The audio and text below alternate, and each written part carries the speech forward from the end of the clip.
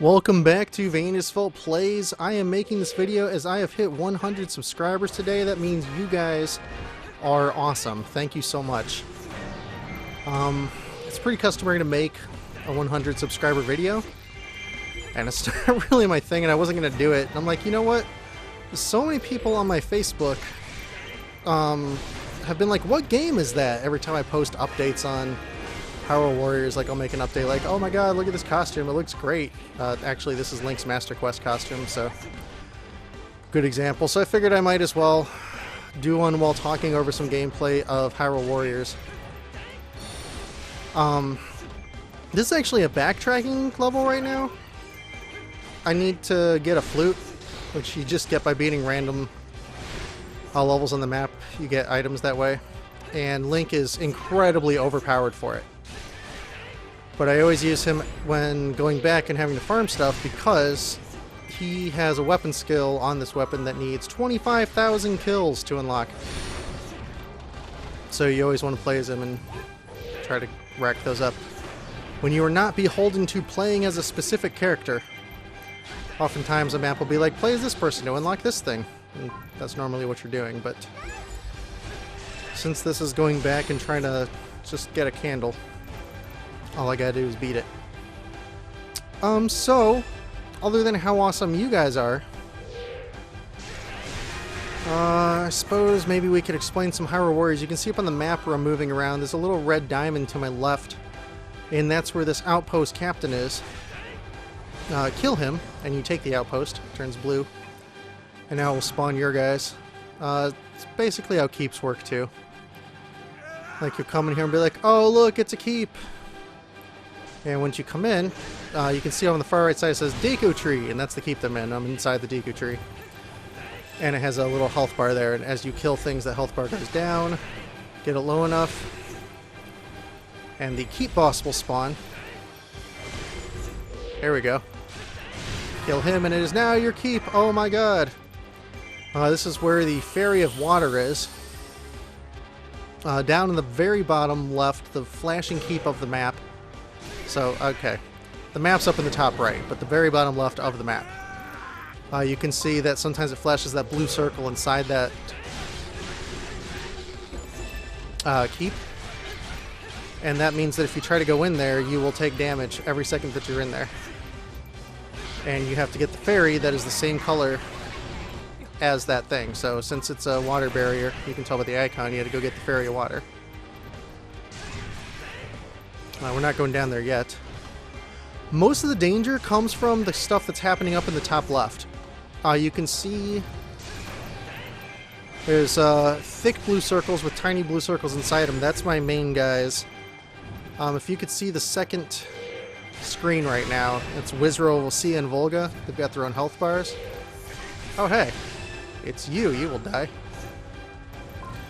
Anyway, the other big red circles are... Uh-oh, Kuko appeared in the battlefield. I'll explain that in a bit. Anyway, the other red circles are named enemies. They're basically stronger versions of the regular ones. And they'll go around and wreak havoc. And if they kill the wrong people, or they take your home base, you just lose. So yes, you are a god. It's definitely a complaint that some people have with these games, is that you're a god, and they're not wrong.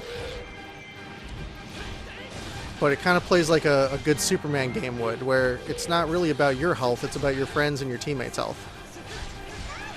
Usually it's at least a little harder than this. Like I said, this is a backtrack mission. So because we're leveling up the Master Sword, whenever you're at full health, you can shoot these beams, which makes us much, much stronger than normal items. Hey look, it's Ganondorf! I guess we could show you how weak point gauges work. When fighting these guys, you want to let them do their super move, and then at the end they'll get like a pie chart, like that, and you break through it, and then you'll stand still and do a super move like that, and it takes a bunch of their health. Now Link is so strong that he generally doesn't have to worry about that, because it's a very low level map.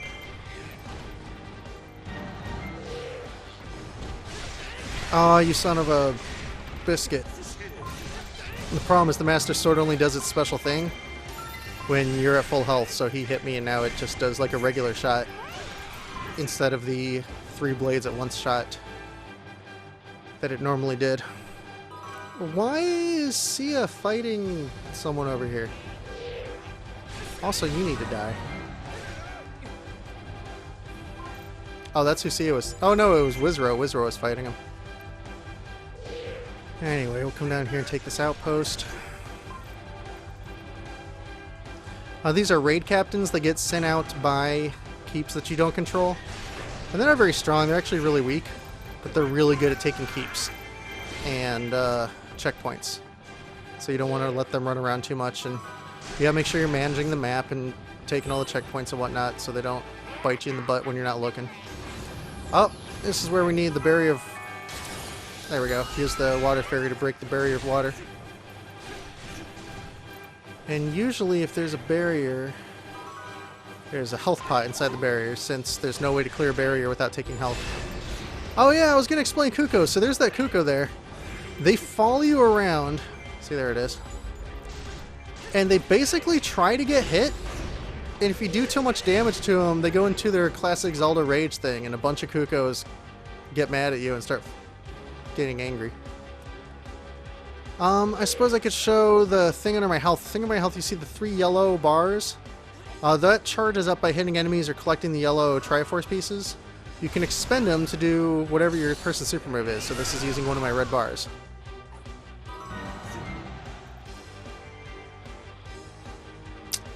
Like I said, most things will normally take a bunch of damage and everything. You'll actually have to fight. This is a backtracking mission.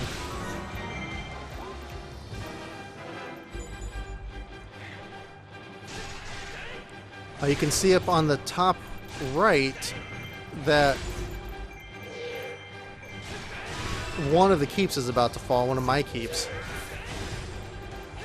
No, that really matters because I just did everything I need to do, so the boss is going to open up.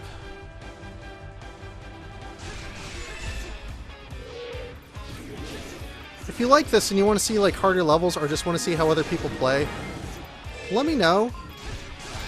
I haven't really been doing Hyrule Warriors because I play it way too much. I'm up to like 180, 190 hours. And I don't think that that's something anyone wants to watch. But I might just do less serious episodes like this. Like normally I try to give you guys full playthroughs of a game. Just like no minutes lost, nothing edited out. You're actually watching a person play. I had someone describe it as... Oh, super move. I had someone describe it as like a recorded live stream that I give you guys small chunks of every day, and that actually sounds about right. One thing I really want this channel to do is once it grows, have the comment section kind of turn into like a book club sort of thing. Like, we're all discussing what happened in today's short little episode in this game. Like, you know, the Crashland series. Every day it's getting more and more forward in the story. Hex is getting forward in the campaign. And it's just really fun discussing stuff with you. Of course, if you don't like that sort of thing, there's also those daily one-offs, the Super Smash Brothers where me and Corey play. Trying to make sure you guys have that. Anyway, thank you all so much for your support. I've had people say, how can we help? There's always that Patreon link in the description. I never expect anyone to do that. If anyone actually wants to help and not have to do something stupid like that, sharing helps the most. Obviously, likes and subscriptions and comments are great, but sharing. Be like, oh my god, look at this video this guy made. I enjoy this series. If that's ever the case, if you think you know someone that might like it, send it to them. That helps immensely. A couple more Hyrule Warriors facts. So I had to come back here to get the flute. You can see all these little pixelated icons on each one of the maps. Like this one over here has another flute. I could have come over here and cleared this one.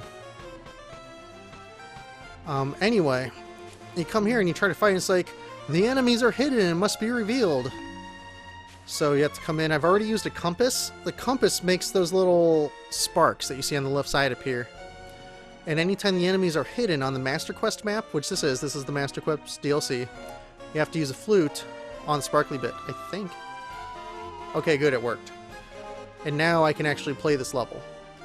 So I had to go somewhere that had a compass, like this level has a compass. Then I had to go somewhere with a flute. Both of that unlocks rewards. You'll see maps like this where it's like, look, there's a costume for someone. That's what that icon means in the middle up there. In the little gold bar. You can see it's for Zant. That's his icon. Oh, you don't even need a compass on this one. You can see there's a ring of fire. That always means ice arrows. But you'd have to go somewhere that has ice arrows and use them in that ring of fire. Otherwise, beating this level won't give you that costume for Zant. You'll beat it, and you'll get your rewards, and it'll clear more of the map, but you won't get your Zant costume. So this game's just got a lot of depth to it. A lot of reasons to go back out and redo stuff and replay. Another thing I really like about the Master Quest map, you can see it says Master Quest rule no guarding. There's all these like 5 or 6 different restrictions they place on you while you're playing. You know, I'm kind of running on at this point. Thank you guys once again so much for the 100 subscribers. If you want to see more Hyrule Warriors, let me know. If there's certain characters that you would like to see, you want to see what their gameplay style is like, let me know. I'll do harder things than just going back and clearing something to gain a flute.